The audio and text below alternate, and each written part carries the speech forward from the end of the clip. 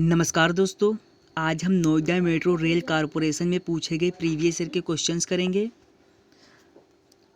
तो आपका पहला क्वेश्चन है, the specific gravity of stone should be up to. तो यहाँ पर हमसे स्पेसिफिक ग्रेविटी पूछी गई है स्टोन की, वो किससे ज़्यादा होनी चाहिए। आपको ऑप्शन दे रखे हैं 2, option number B 2.5, option number C 1.5, option number D 1। तो जो स्टोन की स्पेसिफिक ग्रेविटी जो है वो कितनी होनी चाहिए, वो होनी चाहिए 2.7 से ज़्यादा, लेकिन यहाँ पर हमें ऑप्शन में दे रखा है 2.5, तो ये लगभग उसके आसपास में ही है, तो आपका बिल्कुल राइट आंसर होगा ऑप्शन नंबर बी। फिर आपका अगला क्वेश्चन है, नाइस ए। तो जो नाइस है वो क्या है, लाइम स्टोन है, या फिर सिलिशियस स्टोन है, या फिर मेटामॉर्फिक स्टोन है, या फिर आर्गिलिसियस स्टोन है। तो नाइस क्या है, नाइस जो है एक मेटामॉर्फिक स्टोन है। ऑप्शन नंबर सी जो है आपका बिल्कुल राइट आंसर होगा। ये आपके जो है NMRC JEE 2017 के सभी प्रश्न हैं। फिर आपका अगला क्वेश्चन है, what is the unit of runoff in MKS system. यहाँ पर हमसे पूछा गया है कि MKS सिस्टम में जो है रनऑफ की यूनिट क्या है, cubic metre second, square metre, cubic metre, या फिर मीटर सेकेंड। तो रनऑफ की यूनिट क्या है, वो है आपका option number A, cubic metre second. फिर आपका अगला क्वेश्चन है, which crop is a rabi crop. हमसे पूछा गया है इसमें से कौन सी जो है आपकी रबी फसल है, गेहूँ, मकई, चावल, या फिर बाजरा। तो हमारी जो रबी क्रॉप है वो कौन सी, वो है गेहूँ। ऑप्शन नंबर ए जो है आपका बिल्कुल राइट आंसर होगा। फिर आपका अगला क्वेश्चन है, रिवेट आर स्पेसिफाइड बाय। तो जो रिवेट होते हैं उसे कैसे जो हम स्पेसिफाई करते हैं, उनके डायामीटर से, लेंथ से, या फिर हेड साइज से, या फिर सिर्फ डायामीटर से, या फिर डायामीटर एंड लेंथ से, या फिर diameter length and mode of riveting से। तो हम रिवेट को कैसे स्पेसिफाई करते हैं, option number B, type of diameter से। फिर आपका अगला क्वेश्चन है, सेग्रीगेशन इज रिस्पॉन्सिबल फॉर। जो सीमेंट कंक्रीट में जो सेग्रीगेशन होता है वो रिस्पॉन्सिबल होता है किसके लिए, हनीकॉम्ब कंक्रीट के लिए, या फिर पोरस लेयर ऑफ कंक्रीट के लिए, या फिर सैंड स्ट्रिक ऑफ कंक्रीट के लिए, या फिर all the option are correct. तो आपका जो ऑप्शन नंबर डी जो है वही आपका बिल्कुल राइट होगा, ऑल ऑप्शन आर करेक्ट। फिर नेक्स्ट क्वेश्चन है, पर mason per day the accepted out turn off cement concrete 1:2:4।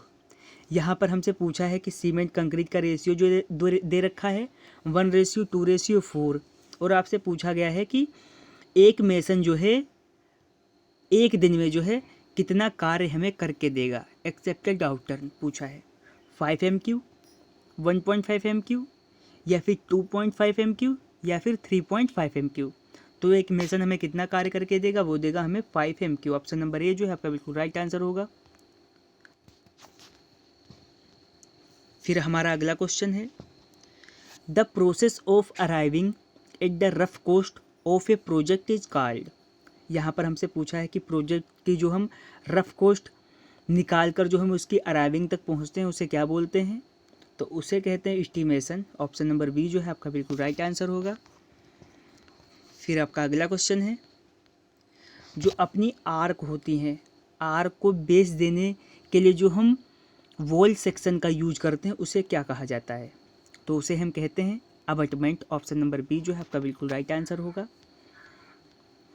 फिर आपका अगला क्वेश्चन है, the common size of floor tile. तो यहाँ पर हमसे जो हमारी फ्लोर टाइल होती है उसका कॉमन साइज पूछा गया है, वो क्या है, तो आपका ऑप्शन नंबर ए जो है बिल्कुल राइट आंसर होगा।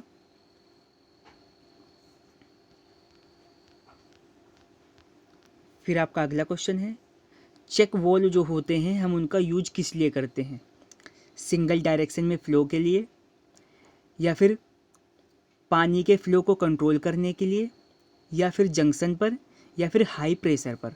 तो जो हम चेक वाल्व का यूज करते हैं, हम करते हैं सिंगल डायरेक्शन में जो फ्लो होता है उसके लिए करते हैं। फिर हमारा अगला क्वेश्चन है, angle measured clockwise from the proceeding survey line to the following survey line is known as. तो हम उसे क्या कहते हैं, हम उसे कहते हैं डायरेक्ट एंगल। आपका ऑप्शन नंबर ए जो है बिल्कुल राइट आंसर होगा। फिर हमारा अगला क्वेश्चन है, यहाँ पर हमसे पूछा गया है अगर जो हमें आपकी जो लैंड है उसे हमें लेवलिंग करनी है उसकी, तो हम किस इक्विपमेंट का यूज करेंगे, प्रिज्म स्क्वायर का या फिर डंपी लेवल का या प्रिज्मेटिक कंपास का या फिर प्लेन टेबल का। तो हम भूमि की लेवलिंग के लिए हम किस इक्विपमेंट का यूज करेंगे, हम यूज करेंगे डंपी लेवल का। ऑप्शन नंबर बी जो है आपका बिल्कुल राइट आंसर है। फिर हमारा नेक्स्ट क्वेश्चन है, value of void ratio of soil mass can. तो यहाँ पर हमसे पूछा गया है कि सॉइल मास में जो है वैल्यू ऑफ वॉइड रेशियो जो है वो कितनी होती है। यहाँ पर आपसे कहा गया है कि हम उसे 0 से 1 के बीच में ले लेते हैं, या फिर 0 से जो भी ज़्यादा आपकी वैल्यू आती है वो लेते हैं, या फिर 0 ही लेते हैं, या फिर never be greater than unity, जो यूनिटी से जो कभी भी वो ज़्यादा नहीं होती है। तो आपका ऑप्शन नंबर बी जो है वो आपका राइट आंसर होगा कि जो हम 0 से कोई भी जो मान्य होगा आगे का वो हम ले लेते हैं। ऑप्शन नंबर बी जो है आपका बिल्कुल राइट आंसर होगा। फिर हमारा अगला क्वेश्चन है, 1 बार यूनिट ऑफ प्रेशर बराबर जो होता है वो क्या होता है, 100 किलो पास्कल या फिर 1 पास्कल, 1 किलो पास्कल या फिर 1000 पास्कल। तो 1 बार यूनिट प्रेशर बराबर होता है आपका 100 किलो पास्कल। ऑप्शन नंबर ए जो है आपका बिल्कुल राइट आंसर होगा। फिर हमारा अगला क्वेश्चन है और ये आपका लास्ट क्वेश्चन है, relative density of mercury is. Mercury की जो है आपको रिलेटिव डेंसिटी पूछी गई है वो क्या होगी, कितनी होगी, 13.6, 1000, 9.8 या फिर 1। तो जो आपकी मरकरी की रिलेटिव डेंसिटी होगी वो होगी 13.6। आपका ऑप्शन नंबर ए जो है। और ये प्रश्न जो है आपका LMRC सिविल जेई 2020 में भी पूछा गया था। तो आपके NMRC जेई का जो है प्रीवियस का पार्ट 1 आपका कंप्लीट हो गया है। अगर आपको वीडियो पसंद आई हो तो लाइक करें, और अगर आप हमारे चैनल पर नए हैं तो चैनल को सब्सक्राइब करें।